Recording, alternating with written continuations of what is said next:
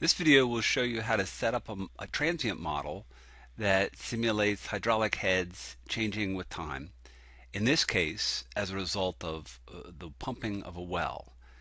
So the conceptual model is shown here. It's a kilometer square, and there's a constant head boundary over on the right side representing a stream. We'll put a well in here, and we'll have a couple of monitoring wells shown there. And we're interested in seeing how the hydraulic head changes with time as a result of pumping this well. So the first thing that we need to do is determine what the hydraulic head is in the absence of the well. And this will be used for initial conditions. So we set up the model by adding a grid, and well, let's see, let's do it with the grid frame.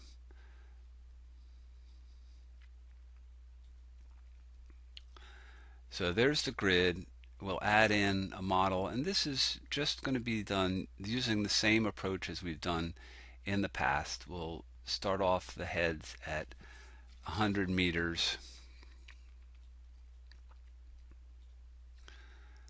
and the default is that the model will be steady state, so we'll use that, and we'll run this initially to get what the steady state heads are.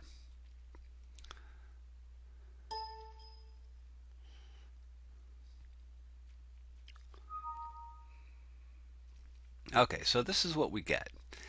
And this is a bit peculiar because we have uniformly distributed recharge and we have constant head along the boundaries. Everything's symmetric, and we would expect these head contours to be parallel, and they're not. And so what's going on? Well, I think one of the clues would be if we look at the legend over here. The heads go from 100 to 100.17. So even though there's some variation shown here with the contours, there's not much variation. And the reason for this is that the tolerance, the convergence criteria in the solver is set at a default setting that's just simply too low. And so we accept the model as converged when there still is some error remaining. And so we'll go here to the head change criterion for convergence, and we'll reduce that by 2 orders of magnitude. And I guess we'll do this one here as well. So now if we rerun it,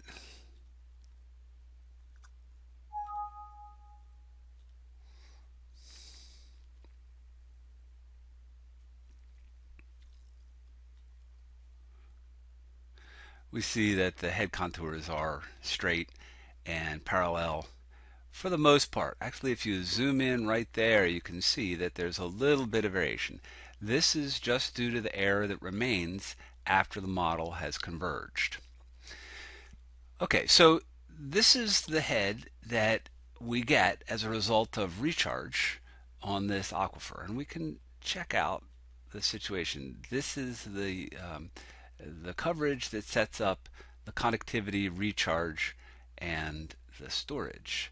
So if we look at that, we have this recharge rate. This is several centimeters, about 3 centimeters a year. So it's pretty low recharge rate. And hydraulic conductivity, 10 to the minus 4 meters per second, which is probably about right for the High Plains aquifer. And the specific storage is 10 to the minus 5 per meter, and the specific yield is 0.1. So these two parameters are required for a transient model. We don't need them for the steady state model, but I put them in here at this point so that we'll be ready when we switch over to transient. So what's happening here is because we have a relatively low recharge rate and we have fairly high conductivities, the hydraulic head that results from this amount of recharge in this aquifer, which is, let's see, if we look at it in profile, it's 30 meters thick. So if we put in this amount of recharge in this permeable aquifer, we get some increase in head here up around the divide, but it's really quite small. All right, so this is the initial condition that we'll see when we start up the pump. So we want to go and save this head. So we'll duplicate the result, and I'm going to rename it initial head so that I can keep track of what file I want to use for initial head. And then I go here to the starting heads, and we'll go 3D data set, expand this out, and select the head that we just saved. So these are the heads that we just calculated, and that's now what we'll use for the initial heads.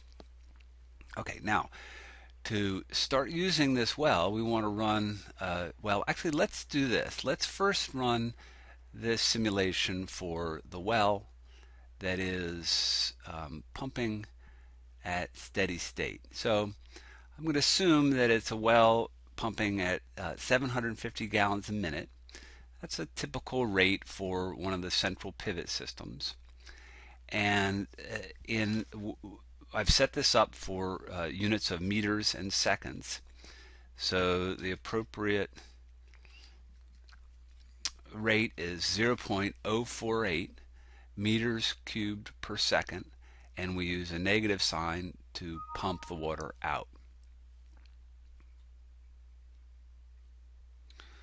Okay, and we turn the well on, and we're still set up for steady state.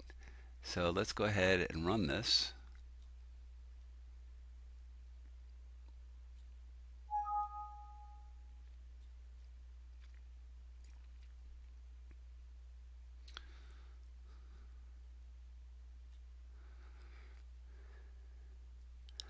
Okay, and so this is the hydraulic head that is produced as a result of this pumping well. You can see that the scale now goes down to 70 meters, although the green color here is really all that shows up. That's about 80 some meters, and then these small heads are right close around the well. So one thing that we might want to do is take a look at the drawdown. So we can do that by saving the drawdown file. So that is done by going to the, let's see, going to output control and save to drawdown file. And now when we run it,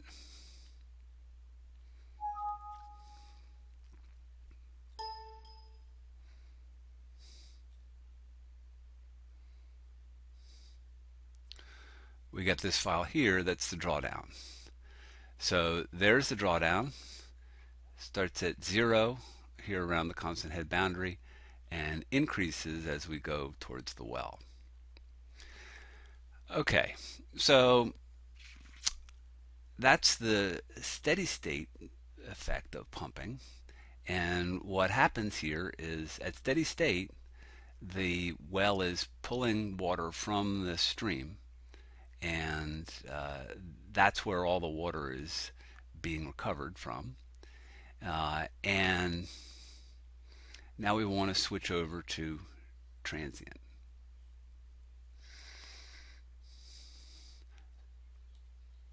So to do that, go to go here to global,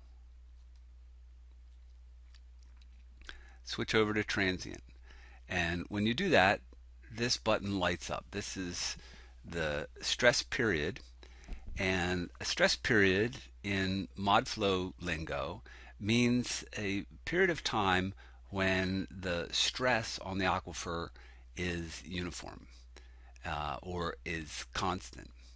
And a stress is the pumping of a well, the recharge to an aquifer, those types of things that will change the hydraulic head.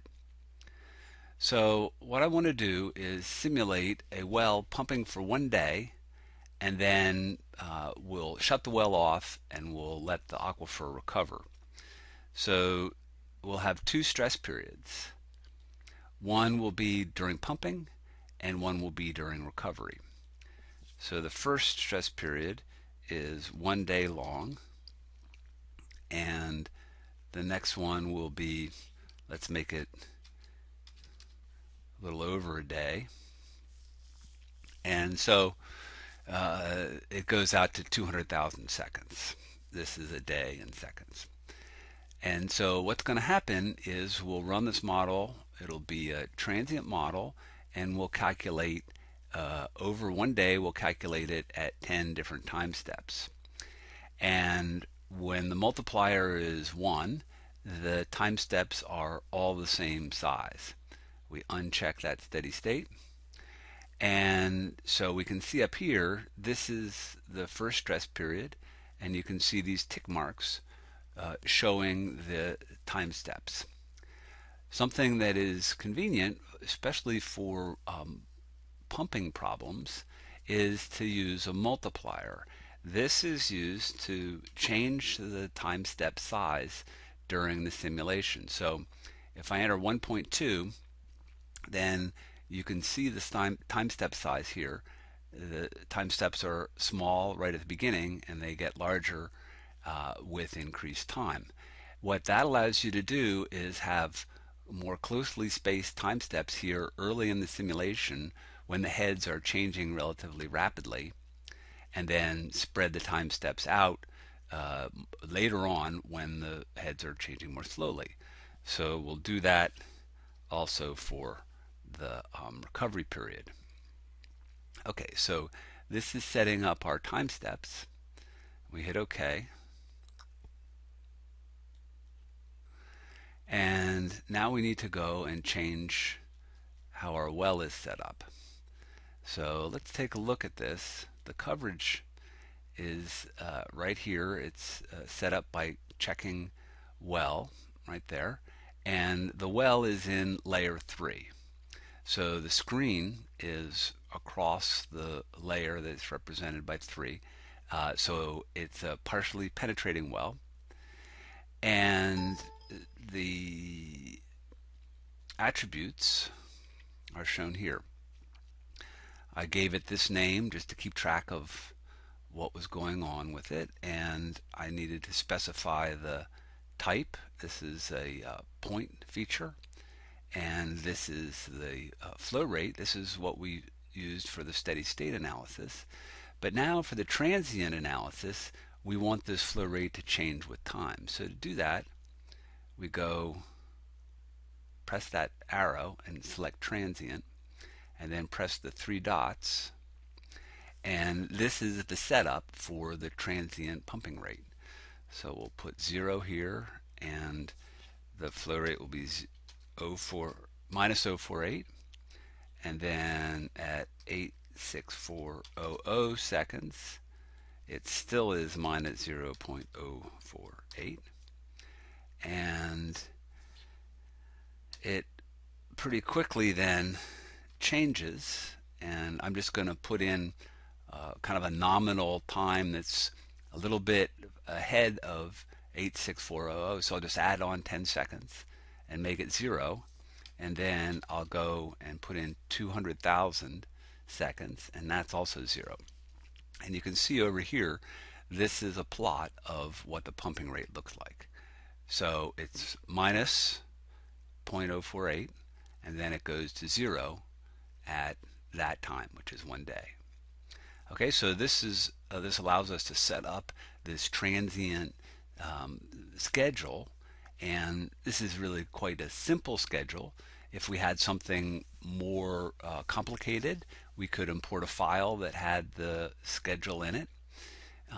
That's an option. And for example, you guys did the hydrograph analysis, and you generated monthly recharges. Well, recharge is a stress, and if you wanted to simulate a model that had an annual cycle of recharge where the recharge varied every month. You could take the file that you generated from the hydrograph analysis and import it and have 12 different recharges varying with time. Okay, so we set that up. That's all looking good.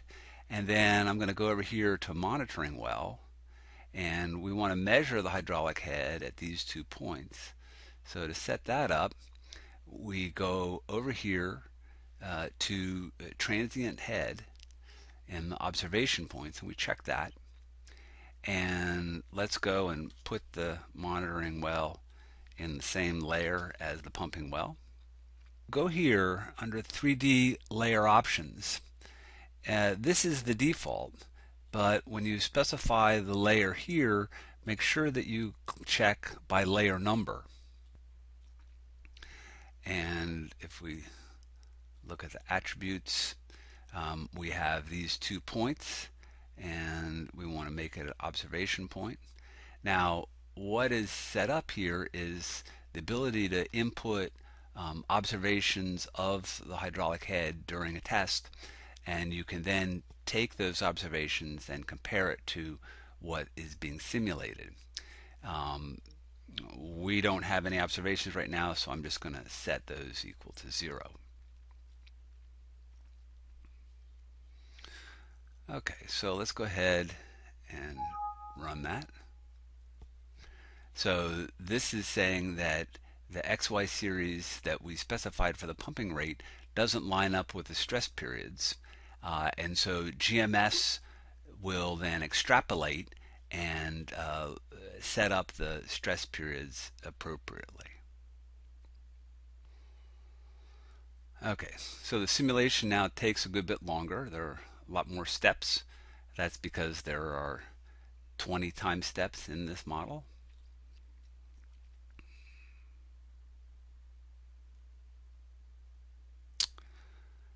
Okay, so here are the results. We go here to hydraulic head, and now what we see is that we have 20 different times when we have hydraulic head, and so we can plot the hydraulic head at these different times, and we can see what's happening. And actually you get a nice result here. If you look at the heads early on in pumping, you can see that the heads form this circular pattern around the well. That's about 1 hour of pumping, and this is a little, I guess, a little over 1 hour. And well, actually, it's a little bit less than an hour, and this is a little bit less than 2 hours. But what you see here is that the drawdown, or the heads, form this roughly circular pattern. And so this is what happens when you pump a well and it doesn't interact with any boundaries. But we keep on pumping, and the drawdown spreads out and starts to interact with the no-flow boundaries here along the sides, as well as the constant head boundary here along the stream. And we go here, this is the maximum extent of pumping. This is right about the time we're going to shut the pump off. And then this is right after it starts to recover. And then during recovery, you can see that the heads come back, and you can see actually at this point, just shortly after the pumps have been turned off, we really have a very small variation that's showing up, at least on this plot. And then we go towards the end, the heads equilibrate back to a fairly uniform head. Okay, so that's showing this transient response. We're also interested in seeing what happens at the monitoring wells. So we can do that by going to this guy right here, the plot wizard. This will allow us to get some time series of the hydraulic head at these monitoring locations. So Zone ID is for zone 1, which is the entire model, and we'll include all of these features here. And this is the budget. This has the various different features, storage, constant head, recharge. And the format is a little bit awkward here, so I'm going to go and change the format to make it a little bit easier to visualize. So you can do it two ways. If you right click, then you get this menu. If you click, let me see, if you double click, left click on the plot, then you get this. So I'm going to change the style here. Storage out doesn't show up because it's white by default. So I'm going to make it blue, and constant head in, that'll be water that flows from the constant head boundary into the model. And so that's shown here as red, and I can verify that. After a little bit of experimenting, this is what the flow budget looks like. One thing that you'll probably have to do is adjust the position of the legend. If you do that and bring it over here, then you have both storage terms showing up on the legend. So that's just a little tip I found through experimenting with this. So here's what the flow budget looks like. This is the various components of the water budget shown over the entire region. So there's only one zone, and that's the entire aquifer. And what this shows is how the water is partitioned as a function of time. So this is pumping, and this is the pumping rate that is being removed from the aquifer by the wells. And in response to that, we can see these two components. So the water is removed, and we have this black component, which is the constant head constant head in. So initially that's low, but with time we have more water provided by the constant head boundary to the aquifer. This is water that's coming out of the stream and going into the aquifer. Also, at early times, we have a large value of storage coming in. So initially, when we first start pumping, the water that we're pumping out is provided by release of water from storage in the aquifer. And that component decreases with time. And then when we stop pumping, we have this increase in the constant head. It starts to drop off here, and the storage component, it's decreasing. This is storage in, and then when we stop pumping, it goes up like this, and see the symbol changes. That's storage out. So what's happening here is the head is increasing, and we're putting water back into storage. So we stop pumping, the water that has been removed from storage is being replenished by flow from the aquifer, or flow from the stream. Okay, so that's the way to interpret what's happening here.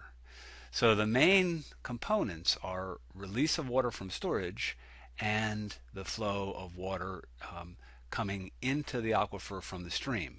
Now in this scenario, just like in the High Plains aquifer, the amount of recharge is very small. It's shown down here. So it plays a role. If you were to add this amount to that amount, you would get that right there, and then the remaining would be the amount of recharge that's coming in. So recharge does play a role, but you can see that it's really quite a small amount. One thing that is helpful in order to see this is if we go and use a log axis here on the y-axis. And so if we do that, switch it over to log, and you'll need to also check minimum and use 10 to the minus 4 for the minimum value on the axis. And if we apply that, we get a log axis over here, and now the components, in particular the recharge, shows up. It's a lot easier to see. So we have this component, and then the storage component, the constant head component, and the pumping. and we get this abrupt shift when pumping stops. So this flow budget, this is a very helpful tool for diagnosing the distribution of the components of flow in the hydrologic system. This is a very simple application because we only have one region, the entire aquifer, but it's possible to specify different regions and do the flow budget over different regions as a function of time. And that gives you even more detail in trying to understand what's happening to the aquifer